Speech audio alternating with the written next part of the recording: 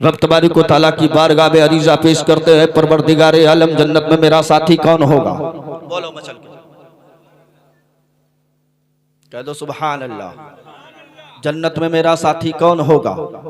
रब की बारगाह में अरीजा पेश करते हैं। रब तबारिक व तआला इरशाद फरमाता है, मूसा तुम देखना चाहते हो, तुम जानना चाहते हो, तुम पहचानना चाहते हो कि जन्नत में तुम्हारा साथी कौन होगा, तो सफर करो। कह दो सुभान अल्लाह। सफर करो, अपनी बस्ती को छोड़ दो। सफर पे निकल गए, अपनी बस्ती को छोड़ दिया, कुछ दूर निकल गए, कुछ शहर क्रॉस कर गए। उसके बाद एक कस्बा आता, उस कस्बे में पहुंचते हैं।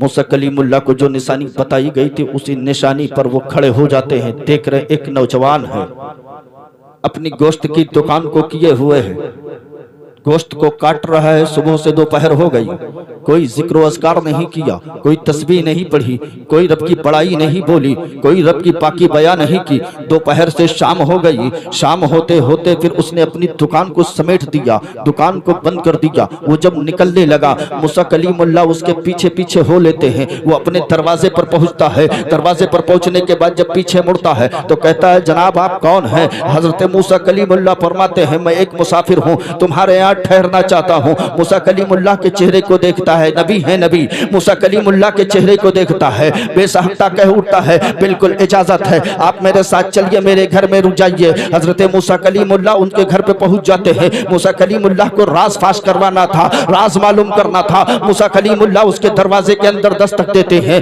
दरवाजे के अंदर वो एंटर हो जाते हैं। हजरत मूसा कलीमुल्लाह को देखने के बाद वो नौजवान बिठा देता है और इरशाद फरमाता है, अल्लाहुम्मा सल्ली अला सय्यिदना व सफियना हबीबना मौलाना मुहम्मद बारिक वसल्लम सलातो व सलामन अलैका या रसूलुल्लाह सल्लल्लाहु तआला अलैहि वसल्लम। हजरत मोहतरम वो मुसाफिर कहता है, मुसाफिर बैठ जाओ, मैं अब फ्रेश हो जाता हूँ, फिर आपसे मुलाकात करता हूँ। फ्रेश हो जाओ, फिर मैं आपसे गुफ्तगू करता हूँ। हजरत मूसा कलीमुल्लाह बैठ जाते हैं। वो अपने काम को फारिग होकर फरागत लेकर के बाहर आता है और कहता है, मेरे मेहमान, अगर आप खाना अभी खाना चाहोगे तो आपको तन्हा खाना पड़ेगा, और अगर आपको खाना मेरे साथ खाना है तो आपको थोड़ा इंतजार करना पड़ेगा। मूसा कलीमुल्लाह सोचते हो न हो, इसी असना में कोई इबादत करता हो, इसी असना में कोई इत्तबा करता हो, इसी असना में कोई रब की पाकी बयान करता हो सकता है इसी असना में कोई जिक्र अस्कार करता हो। मूसा कलीमुल्लाह कहते हैं, नहीं, मुझे अभी भूख नहीं है, मैं आपके साथ खाना खाना चाहता हूँ। हजरत मूसा कलीमुल्लाह ने जब कहा तो कहा, ठीक है, इसका मामला क्या है, इसकी वजह क्या है कि अगर मैं अभी खाऊंगा तो तन्हा खाना पड़ेगा, बाद में खाऊंगा तो तुम्हारे साथ खाना खाना पड़ेगा। तो उसने कहा, मेरी एक बूढ़ी माँ है, मेरी एक ज़ईफ माँ है, मैं उसको खाना खिला दूंगा, उसके बाद ही खाना खाऊंगा। मूसा कलीमुल्लाह कहते हैं, इतनी ज़ईफ माँ है कि उठ नहीं सकती, इतनी ज़ईफ माँ है कि बैठ नहीं सकती, इतनी ज़ईफ माँ है कि खा नहीं सकती, इतनी ज़ईफ है कि अपने हाथों से निवाले नहीं तोड़ सकती। वो रोने लगता है नौजवान और अर्ज करता है, ए मुसाफिर, कसम खुदा की जिस पर रब्बे कायबा ने मेरी जान को अपने कब्जे कुदरत में रखा है, मेरी माँ इतना लागर है, इतना माजूर है कि जब मैं अपनी माँ को उठाता हूँ तब वो उठती है, जब मैं अपने माँ के चेहरे को साफ करता हूँ तो उसका चेहरा साफ होता है, जब मैं अपने माँ के मुंह में नेवाले को डालता हूँ तब मेरी माँ के नेवाले मुंह के अंदर जाते हैं। मूसा कलीमुल्लाह इरशाद फरमाता है, नौजवान, अपनी माँ से इजाजत ले ले, अगर वो इजाजत दे तो मैं तेरी माँ की जियारत करना चाहता हूँ। बोल दो मचल के सुभान अल्लाह। इजाजत ले, मैं जियारत करना चाहता हूँ, उनसे मुलाकात करना चाहता हूँ। हजरत मूसा कलीमुल्लाह की इन अल्फाजों को सुनकर नौजवान मचल जाता है, अपनी वालिदे मोहतरमा के हुजरे में जाता है और कहता है, अम्मी जान, एक आदमी है जो आपसे मिलना चाहता है, बड़ा खूबसूरत शक्ल सूरत वाला है, बड़ा हट्ठा कट्ठा लगता है, बड़ा खूबसूरत लगता है, उसके अंदर बड़ी अजीब सी कैफियत है। मूसा कलीमुल्लाह ने कहा, जब पहुंचे देखा माँ ज़ईफ है, माँ मजूर है, माँ बहुत ज्यादा नहीं फो नातवा है। मूसा कलीमुल्लाह ने इजाजत ली और बैठ गए। उसी असना में वो नौजवान जाता है, कटोरे में सालन को लेता है, रोटी को लेता है और उसके अंदर भिगोता है, अपने मुंह में रख के चिबाता है और चिबा चिबा कर अपनी वालिदे मोहतरमा के मुंह में डालता है। मुंह में डालने के बाद जब माँ खाना खा लेती है, मुंह को साफ कर देता है और उन्हें लिटा देता है। लिटाने के बाद माँ पूछती है, ऐ मेरे लाल, अब जो मेहमान हैं उनको खाना खिलाया कि नहीं खिलाया? तो अपनी माँ से यही जवाब देता है, मैंने कहा था मगर उन्होंने इनकार कर दिया, वो मेरे साथ खाना खाना चाहते हैं। हजरत जब वो पहुंच गए हैं, अपने हुजरे में पहुंचते होते हैं। अब खाना खाया जा रहा है, खाना खाने के बाद जब दोनों फारिग हो जाते हैं, हजरत मूसा कलीमुल्लाह भी फरागत हासिल कर लेते हैं, वो नौजवान भी फारिग हो जाता है। अब माँ के कदमों में जाते हैं और कहते हैं अम्मी जान आप आराम करिए, चिराग को गुल कर दीजिए। चिराग गुल कर दिया गया। अब देखो माँ के दुआ, देखो अपने माँ के दुआ को देखो।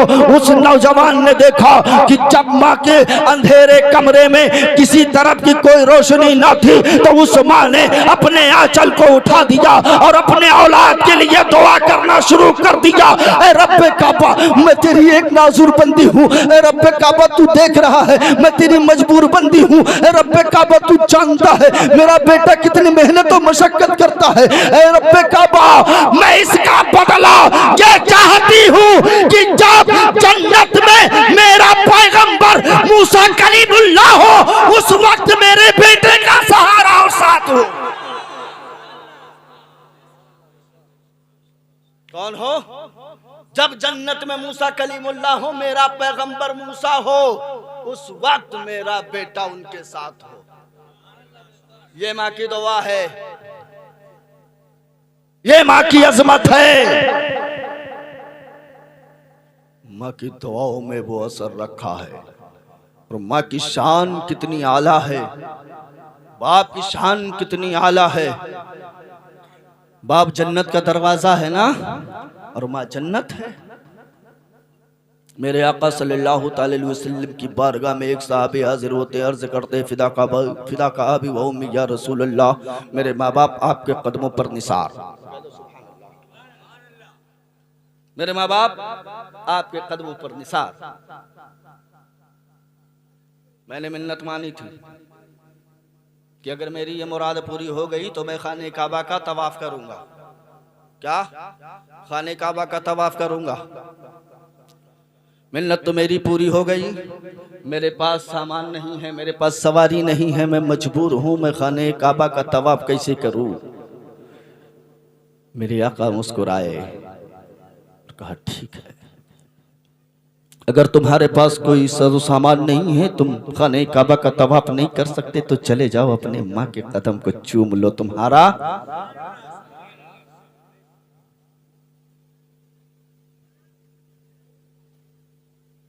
पूरा हो जाएगा। जो वादा तुमने किया था, जो मिन्नत मानी थी, वो मिन्नत तुम्हारी पूरी हो जाएगी। अर्ज करता है या रसूल अल्लाह, मेरी माँ दुनिया में नहीं है। मेरी माँ दुनिया में नहीं है। मेरे आका फरमाते हैं दुनिया में नहीं है, कब्रिस्तान में तो है। कब्रिस्तान में चले जाओ, अपने माँ के कदम की तरफ बोसा दे देना, तुम्हारी मिन्नत पूरी हो जाएगी। मकाम देखो, रुतबा देखो। ये रुतबा, ये मकाम अगर मिला है तो मुस्तफा की आमद के वसीले में मिला, मुस्तफा जाने आलम के सदके में मिला है। वरना कारी साहब ने बहुत पहले बता दिया है कि मेरे आका के जमाने से पहले का हाल क्या था। बच्चियों को जिंदा दफनाया जाता, जिंदा दफन कर दिया जाता था। उनकी कोई वजूद न थी, कोई वकार न था, कोई अहमियत न थी। जाओ कब्रिस्तान के अंदर चले जाओ, माँ के कदम के तरफ बोसा दे देना, तुम्हारी मिन्नत पूरी हो जाएगी। अर्ज करता है या रसूल अल्लाह, मैं बहुत छोटा था, मेरी माँ का इंतकाल हो गया, मुझे ये भी नहीं पता कि मेरी माँ किस कब्रिस्तान में है और कौन सी कब्र है। अल्लाह अल्लाह, शान देखो मेरे नबी की, और मेरे नबी के शान के सदके में हम जैसों की शान क्या हुई है, हम लोगों का मकाम मर्तबा वकार क्या हुआ। वाकई में जब तक बिके न थे तो कोई पूछता न था, जब तक बिके न थे तो कोई पूछता न था। या रसूल अल्लाह, तुमने मुझे खरीद कर अनमोल कर दिया। रसूल के उम्मती बने, मकाम बढ़ गया, वकार बढ़ गया। जा, ये भी नहीं पता तो घर चला जा। आप कह दो सुभान अल्लाह। घर चला जा, दो लकीरों को खींच, और एक माँ की कब्र को तस्वुर कर ले, दूसरा बाप की कब्र तस्वुर कर ले। बाप के सराहने बोसा दे दे और माँ के पैतियाने बोसा दे दे, तेरी मिन्नत पूरी हो जाए। ये शान है, ये अजमत है, ये रुतबा है, ये मकाम है। मगर कब समझेगा आदमी? तलबुल इल्म फरीदतुन अला कुल्ली मुस्लिमतिन व मुस्लिमा, इल्म हासिल करना हर मर्द औरत पर फर्ज है, वो या छोटा हो बड़ा हो जवान हो कुछ भी हो। अब इससे पहले तकरीबन मैं बता चुका हूं कि दुनिया की तमाम जरूरतों को सीखने के लिए हम तरह तरह की चीजों को इस्तेमाल करते हैं। गाड़ी चलाना है तो ड्राइविंग सीख लेंगे, किसी काम को अंजाम देना है तो उसका जो माहिर होगा उससे मुलाकात करके उसकी जानकारी ले लेंगे। लेकिन अफसोस, सद अफसोस, इस्लाम की जानकारी लेने में हमें शर्म आती है, इस्लामी जिंदगी गुजारने की जानकारी लेने में हमें शर्म आती है। हम इतने बड़े हो गए, मौलाना साहब से पूछे कलमा, इतनी बड़ी बदनामी हो जाएगी। हम इतने बड़े हो गए हैं, निकाह होने वाला, अब हम मौलाना साहब से जाए कहें पढ़ा दो हमको। और जब हमारे जुबान नहीं टूट रही, इमाम साहब पढ़ा रहे हैं, पढ़ो ला इलाहा इल्लल्लाह मुहम्मदुर रसूलुल्लाह, तो स्टेज पे मजाक बन रहा है। क्यों बन रहा है? क्योंकि कलमा आता ही नहीं है। जब इल्म नहीं है, शऊर नहीं है, तो तमीज कहां से होगी? इसलिए जरूरी है सबसे पहले हम इल्म हासिल करें। इल्म की कोई उम्र नहीं होती है, माँ की गोद से लेकर के कब्र तक इल्म सीखते रहो, इल्म सीखते रहो। दुनिया में मेरे गौस ने और मेरे रब के करम से बहुत बड़े बड़े गुनहगार बख्श दिए गए हैं। कह दो सुभान अल्लाह। मैं आपको बताऊं, आपने बगदाद शहर का नाम सुना है, जिसमें मेरे सरकार गौसे आज़म फारज आप क़िबला से पूछिएगा, आज लोग मुसलमानों में मैंने देखा बहुत लोग पीते हुए भी नजर आते हैं, बहुत लोग पीते हुए नजर आते हैं। मैं आपको बताऊं, उसी बगदाद शहर में एक हैं जिनका नाम बशर हाफी है। क्या नाम है? बशर हाफी। वो इतने इतने इतने शराबी हैं कि परमानेंट बशर बिशर बशर कई एक अल्फाज अलकाब हैं उनके, लेकिन जो नाम है अक्सर व बेशतर वो बशर हाफी के नाम से मशहूर किए गए हैं। शराब में इतना ज्यादा मुस्तगरक रहते थे कि खुद में नहीं बल्कि बेखुद ही रहा करते थे, बेखुद रहा करते थे। शराब की दुकानें थी, शराब की दुकानें थी, और इतनी ज्यादा कसीर तादाद में दुकानें थी कि उसका अंदाजा कोई नहीं कर सकता। शराब की दुकानें थी, जब वो गली से निकलते थे तो दरवाजे बंद हो जाया करते थे। भागो, कौन? इतना बड़ा गुनहगार, कौन आ रहा है? बशर हाफी आ रहा है, बशर हाफी आ रहा है। बच्चे छुप जाते थे, कहीं इसकी नजर पड़ गई तो हम भी गुनहगार हो जाए। बशर हाफी आ रहे हैं, दरवाजा बंद, औरतें अंदर, बच्चे बाहर, सब साइड में, किसी के ऊपर नजर ना पड़े। एक दिन ऐसा आया कि बशर हाफी शराब में इतना ज्यादा डूबे हुए थे, नशे का हाल था, नशे में थे, अपनी दुकान से निकले, अपने घर की तरफ चल पड़े। अल्लाह अल्लाह, खुदा की मर्जी देखो। वो निकले, अपने घर की तरफ चल पड़े। रास्ते में नाली मिली, नाली के अंदर उनकी नजरें गई, एक टुकड़े पर लिखा हुआ था अल्लाह। क्या लिखा हुआ था? आप लोग भी बोलते हैं क्या लिखा हुआ था? अल्लाह। बशर हाफी रुक गए, घुटनों के बल हो गए,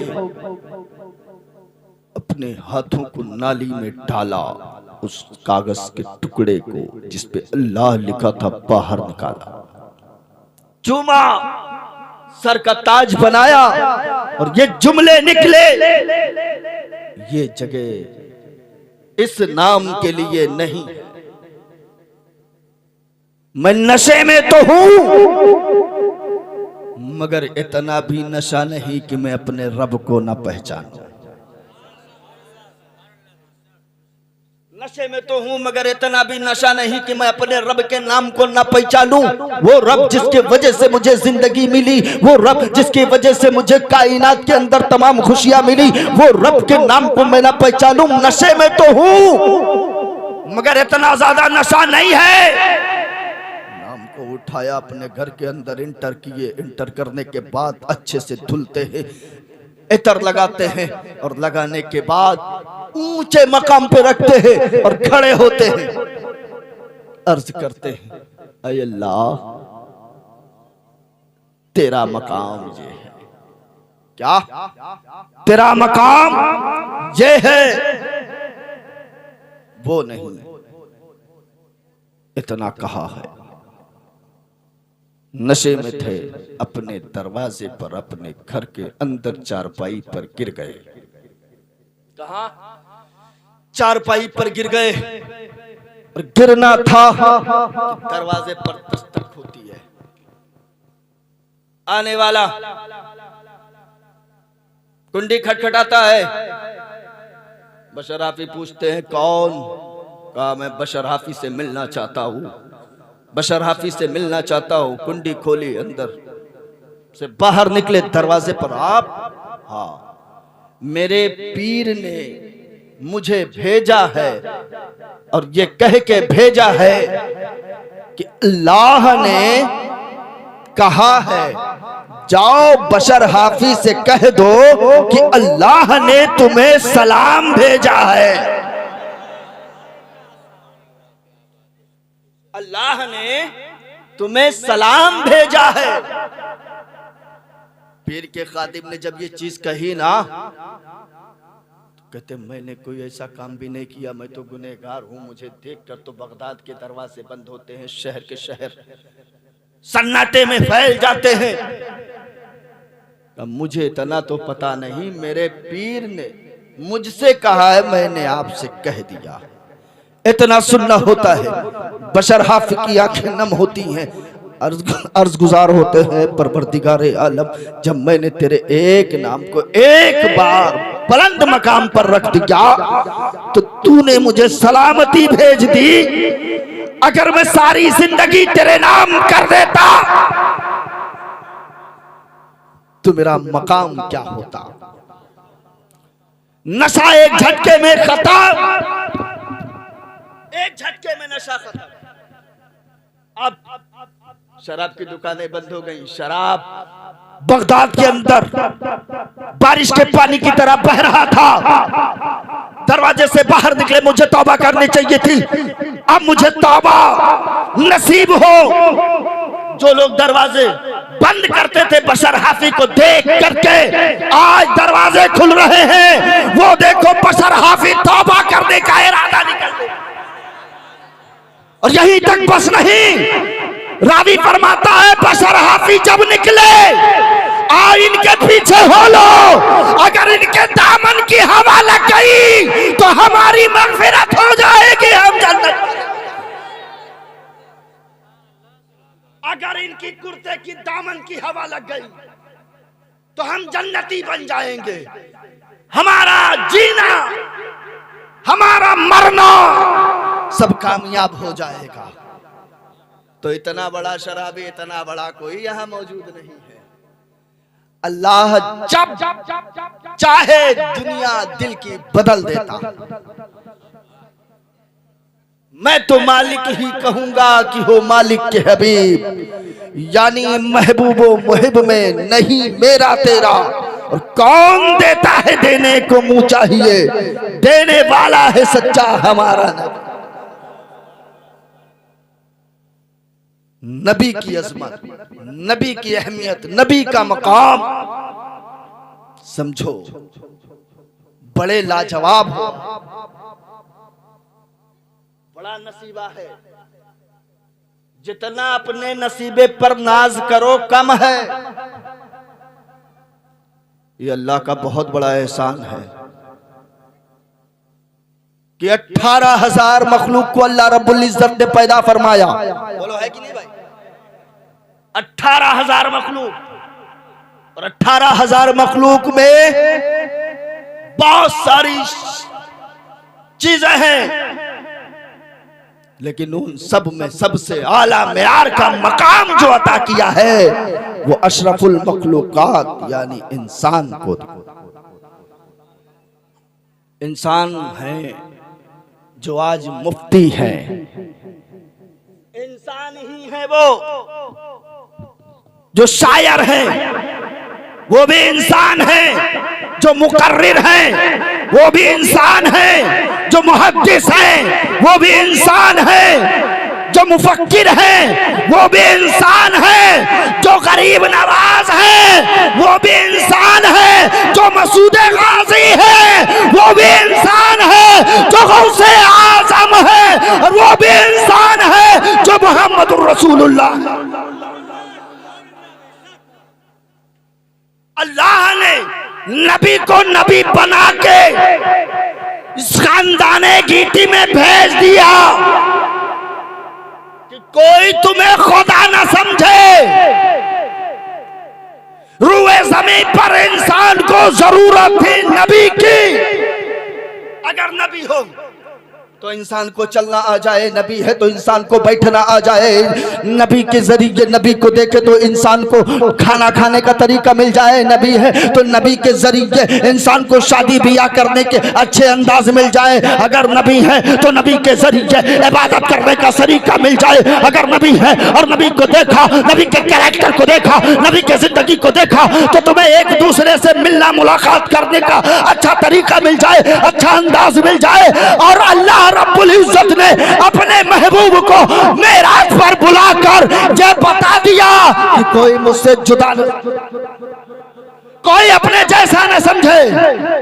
मैं अपने महबूब को, अपने हबीब को, अपने तबीब को, अपने महबूब को सबसे आला मेयार का बना के, इसलिए हम उस नबी के उम्मती हैं जो तमाम नबियों में आला है ना भाई। हम उस किताब को पढ़ते हैं जो तमाम किताबों में आला है। हम उस मसलक पर अमल करते हैं जो तमाम मसलक में आला है।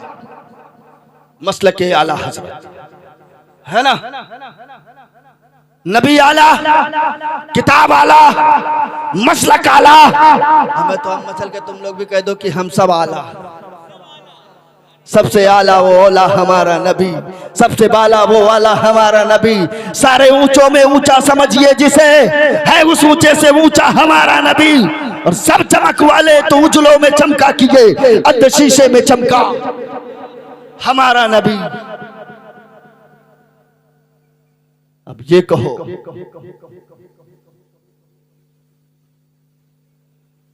मैं इंशाअल्लाह ताला अपनी जिंदगी को ऐसी तरह से गुजारने की कोशिश करूंगा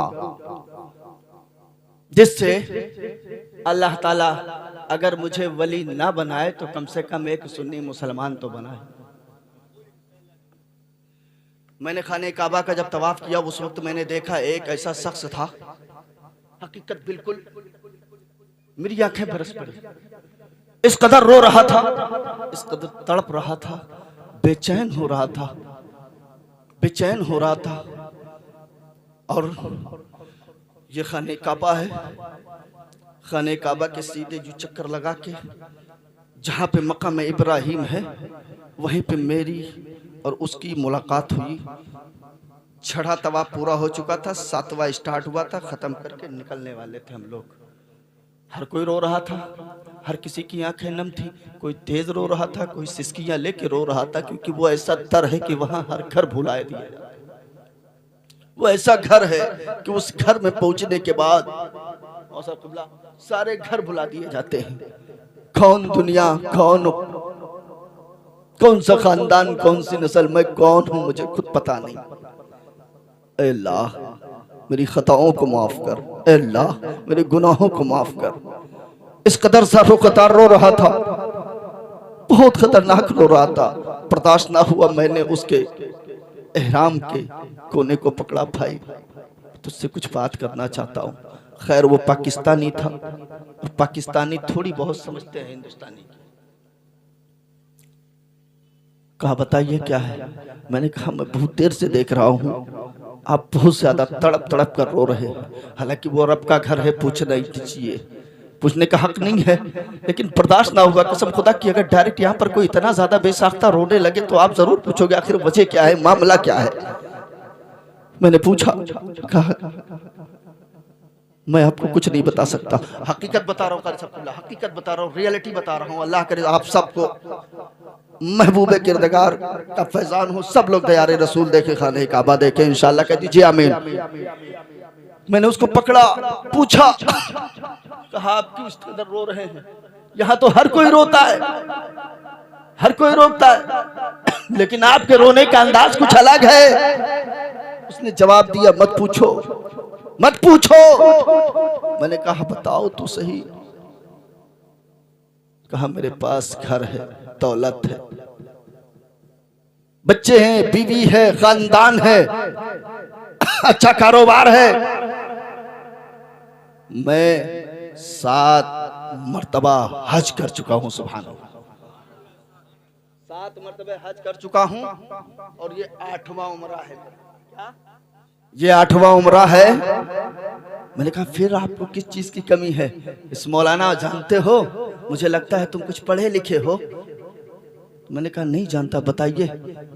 आप इस कदर रो रहे जब अल्लाह ने आपको दौलत दी है, शोहरत दी है, इज्जत दी है, वो मकाम दिया है, बीबी है, बच्चे हैं, खानदान है, अहले खाना आपकी खिदमत करते हैं, खिदमत गुजारी करते हैं, उम्र आपकी तकरीबन 53 साल के आसपास से 55 साल के आसपास से। कहा नहीं मौलाना मैं 60 साल का हूँ। मैं 60 साल का हूँ। मैंने कहा फिर आपको किस चीज ने रुला दिया इतनी तेजी के साथ? कहा मैं इस जब भी आता हूँ खाने काबा के तब आपके बाद गिलाफ को पकड़ के अर्ज करता हूँ रब्बे काबा मुझे यही फना कर दे, मुझे यही फना कर दे, मेरे रूह को यही से तू परवाज करवा दे। और इतनी दफा मैं सोच के आया मगर मैं इतना बदकिस्मत हूँ कि मेरी जान नहीं निकली। अल्लाह, मेरी जान नहीं निकल रही है। मुझे दौलत नहीं चाहिए, शोहरत नहीं चाहिए, इज्जत नहीं चाहिए, वकार नहीं चाहिए, पैसा नहीं चाहिए, बिल्डिंग नहीं चाहिए, मकान नहीं चाहिए। मैं चाहता हूँ या तो खाने काबा में दफन हो जाऊं या तो जन्नतुल बकी में दौलत आ जाए। ऐसे आशिक भी पड़े हैं, ऐसे आशिक भी पड़े हैं, ऐसे चाहने वाले भी पड़े हैं। मैंने उससे कहा मैं आपके हाथ जोड़ता हूं, मेरे लिए भी दुआ कर दीजिए। अल्लाह अल्लाह, मेरे लिए भी दुआ कर दीजिए।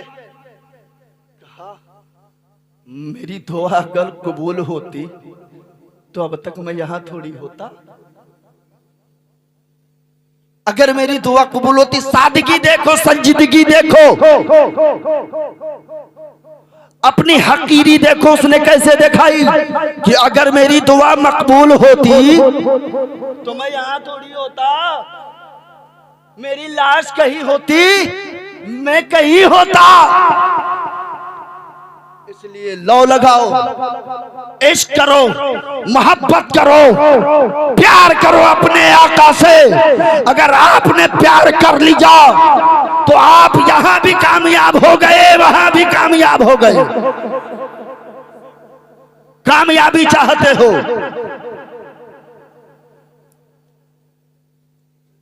तो अपनी चीजों को गौर से पहचान लो और जान लो। अब भी न समझोगे तो मिट जाओगे। हिंदी मुसलमानों, तुम्हारी दास्ता तक भी न होगी दास्तानों में।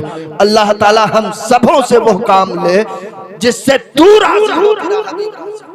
मौला उस काम से बचा जिससे तू नाराज हो, तेरा हबीब नाराज हो। कोई जरूरी नहीं है किसी को गाली दे तभी गुनाह कर रहे हैं, किसी को बदनजरी से देखें तब हम गुनहगार बन रहे हैं। अपने चलते फिरते कदमों के साथ भी हम गुनाह करते नजर आते हैं। इसलिए खुदा के वास्ते जब जमीन पर कदम रखो तो इस तरह रखो कि जमीन कहे हाँ इज्जतदार चल रहा है, जमीन कहे इज्जतदार चल रहा है। जब किसी से मुलाकात करो तो इस तरीके से मुलाकात करो कि लोग मुंतजिर हो, एक बार और मिल जाता तो अच्छा होता। जमीन पर अकड़ के चलने वालों, ये मत समझो कि तुम्हें इसी पर चलना है, बल्कि इसके नीचे भी तुम्हें जाना है। और जमीन ने अगर वहां पर बदला लिया तब क्या होगा? जाने अनजाने में किसी को तकलीफ ना दो। अगर आपके घरों पर छतें हैं तो छत पर कटोरों में या किसी ऐसे बर्तन में पानी रखो कि परिंदे तुम्हारे आए दरवाजे पर पानी पिए और तुम्हारे लिए दुआ करते हुए चले जाएं। अपने चबूतरों पर कुछ दाने अनाज के डाल दिया करो ताकि भूखे जानवर अगर उन दानों को अपने पेट में लेंगे, कसम खुदा की वो तुम्हारे लिए दुआ करते हुए नजर आएंगे। अगर कोई गरीब बेसहारा तुम्हारे दरवाजे पर आए तो उसे ठोकर मार के भगाया मत करो, बल्कि मुस्तफा की सुन्नत पर अमल कर लिया करो। मुस्तफा की बेटी खातूने जन्नत के सुन्नत पर अमल कर लिया करो कि खुद भूखे रह करके अपने निवाले को अपने नाना जान के उम्मतियों पे कुर्बान कर दिया करते थे। ऐ मेरे मिल्लत के नौजवानों, अगर कामयाबी चाहते हो तो रसूल आजम के शरीयत पर अमल पैरा हो जाओ, उनके नक्शे कदम पर चलना शुरू कर दो। फिर ये दुनिया भी तुम्हारी है, वो उखबा भी तुम्हारा है। ना यहाँ तुम बर्बाद रहोगे ना वहां तुम बर्बाद रहोगे। अगर कामयाब होना चाहते हो तो अल्लाह की मखलूक के साथ हमदर्दी करते हुए नजर आओ। अल्लाह तुम पर अच्छा खासा कुर्ता पजामा पहन के हमामा बांध के बढ़िया से पान वान खा के घूमते हुए टर्राते हुए न चलो। ये मत समझो कि ये कामयाबी है। सीने को तान कर जिम में जाकर बॉडी को बना लेकर ये ना कहो कि कामयाब हो गए। ठीक है, अपने हिस्से की जमीन को बढ़ाने के लिए, अपने हिस्से की जमीन को बढ़ाने के लिए दूसरे भाई का हक मत मारो। हक मारकर तुम समझे मैं कामयाब हो गया, वो परेशान था मैंने उसको परेशान किया, वो कामयाब नहीं है मैं कामयाब हो गया। कसम खुदा की आप बर्बाद हो गए, आप बर्बाद हो गए। वो कामयाब हो गया, उसने सब्र किया और सब्र में इतना फायदा है। अगर उसने खुदा की बारगाह में अपने आंसुओं को गिरा दिया और कहा मौला तू देख रहा है ना, बताओ सोचो, गरीब की आह अर्शे आज़म तक टकराती है। और अगर उस रब ने उसके दुआ को मकबूल कर लिया तो बर्बादी की दहलीज पर तुम पहुंच गए। अब चाहे गाजी मियाँ की चौखट पर पड़े रहो, चाहे कारी शकील की चौखट पर पड़े रहो, चाहे कारी सगीर की चौखट पर पड़े रहो, चाहे ताबीज नहीं ताबीज का अंबार ले लो, कामयाब नहीं हो सकते। चाहे जितना कराओ, हक तलफी किए हो ना, उसका खामियाजा तो भोगना ही पड़ेगा। अल्लाह रब्बुल इज्जत ने खुद कहा है जब तक मैं अपने बंदे को माफ नहीं करता, अगर उसने किसी का दिल दुखाया है और उससे माफी न मांगी। जब बंदे का दिल दुखा है और जिसने दुखाया है उसने अगर माफ कर दिया तो मैंने उसे माफ कर दिया, मैंने उसे माफ कर दिया। या आज तो माओ का हाल ये है, बेटों का हाल क्या है, बहुओं का हाल क्या है। उन्हें ये लगता है कि बस अब यही तक दुनिया है, आगे कुछ नहीं। वो देखते हैं मेरे दादी ने ऐसा किया तो अब अम्मा भी कर रही हैं, अम्मा ने किया तो दादी अम्मा भी कर रही हैं, खाला भी कर रही हैं, फूफी भी कर रही हैं। अदब के साथ रहना ये मेरे मुस्तफा ने सिखाया है, पर्दे में रहना मेरे मुस्तफा ने सिखाया है, बेटियों को वकार मेरे मुस्तफा ने दिलाया है ना। जिंदगी सवर जाए। अब जिंदगी सवरेगी कैसे? जब शरीयत मुस्तफा को पढ़ेंगे तब सवरेगी।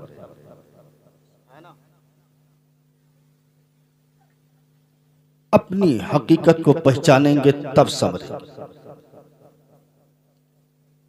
जलसे गांव में लाइट को जला देना, पिंडाल को लगा देना, माइक को लगा देना, ये कामयाबी नहीं होती है। उस जलसे से कोई एक ऐसा शख्स निकल जाए जो शरीयत मुस्तफा पर अमल पैरा हो जाए, वो जलसा कामयाब होता है, वो जलसा कामयाब होता है। जलसे तो रोज होते हैं, जलसे रोज होते हैं और हर जगह होते हैं और हर टॉपिक पे होते हैं। इसीलिए गुलाम रसूल बलियाबी साहब कभी कभी बोल दिया करते हैं, तकरीरें बहुत होती हैं, प्रोग्राम बहुत होते हैं, खिताबत कहीं कहीं होती है। खिताबत कहीं कहीं होती है। एक बच्चे की पैदाइश की खुशी में यह प्रोग्राम किया गया है ना। बेटियों की अजमत क्या है, बेटियों का मकाम क्या है, बेटियों का रुतबा क्या है, उनकी अहमियत क्या है। मालूम है, अल्लाह जब खुश होता है, अल्लाह जब खुश होता है तो बेटा देता है। तवज्जो सुनिए, अल्लाह जब खुश होता है तो बेटा देता है, और जब बहुत ज्यादा खुश होता है तब बेटियां अता करता है। रहमत है। और बेटी को बेटी, और उसके बाद उसको बीवी, बीवी के बाद फिर माँ, फिर माँ के कदमों में जन्नत देता है। मालूम है माँ की दुआओं में कितना असर होता है, माँ का मकाम कितना अफसलो आला होता है, माँ का मकाम कितना बुलंद होता है। आओ मूसा कलीमुल्लाह की बारगाह में चलते हैं, दुरूद पाक पढ़ दे। अल्लाहुम्मा सल्ली अला मुहम्मद व बारिक वसल्लम, सलातो व सलामुन अलैका या रसूलुल्लाह सल्लल्लाहु तआला अलैहि वसल्लम।